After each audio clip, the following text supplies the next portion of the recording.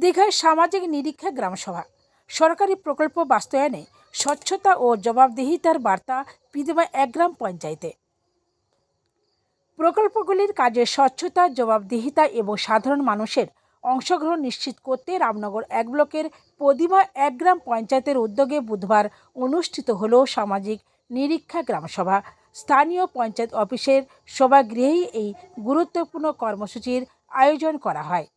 পদিমা 1 গ্রাম পঞ্চায়েতের প্রধান অশোক চন্দ্র জানিয়েছেন, এদিন মহাত্মা গান্ধী জাতীয় গ্রামীণ কর্মনিশ্চয়তা প্রকল্প, জাতীয় সামাজিক সহায়তা প্রকল্প, বার্ধক্য ভাতা এবং প্রধানমন্ত্রী আবাস যোজনা এই একাধিক কেন্দ্রীয় ও রাজ্য প্রকল্পের বাস্তবায়ন ও অগ্রগতি নিয়ে বিস্তারিত আলোচনা করা হয়। প্রকল্পগুলির সুবিধাভোগী তালিকা, কাজের মান, বরাদ্দ অর্থের ব্যবহার সবটাই খতিয়ে দেখা হয় এই গ্রামসভায়। এদিন অনুষ্ঠানে উপস্থিত ছিলেন পদিমা গ্রাম পঞ্চায়েতের সদস্যরা, স্থানীয় পঞ্চায়েতের আধিকারিক ও কর্মচারীরা। সরকারি প্রকল্প নিয়ে সাধারণ মানুষের মতামত ও অভিযোগ শুনে প্রয়োজনীয় নথিভুক্তকরণও করা হয় বলে পঞ্চায়েত সূত্রে জানা গেছে। সংসদ সভা কি বলবেন? আমাদের সরকারি নির্দেশিকা গাইডলাইন আছে, সেই মতো আমাদের সোশ্যাল অডিট টিম এসছে।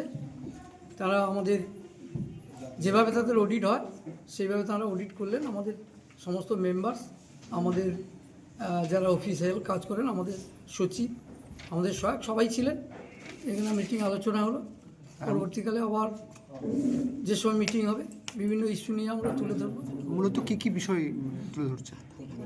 প্রতিবন্ধী ভাতা আছে, আমাদের বিধবা ভাতা, বার্ধক্য ভাতা, এইসব নিয়ে মূলত আছে আলোচনা। কজন মারা গেছেন, কজন আমাদের ডেথ সার্টিফিকেট পেয়েছেন, কজন পাননি। ধরুন এরকম আছে, ডেথ সার্টিফিকেট ইস্যু হয়ে গেছে, তাদের নামে ভাতা চলে যাচ্ছে, সেটা নিয়ে যেগুলো হয় আর কি, সেই সব নিয়ে আমাদের আছে আলোচনা। আপনার নাম? আমার নাম অশোক চন্দ্র, প্রধান, পদিমা।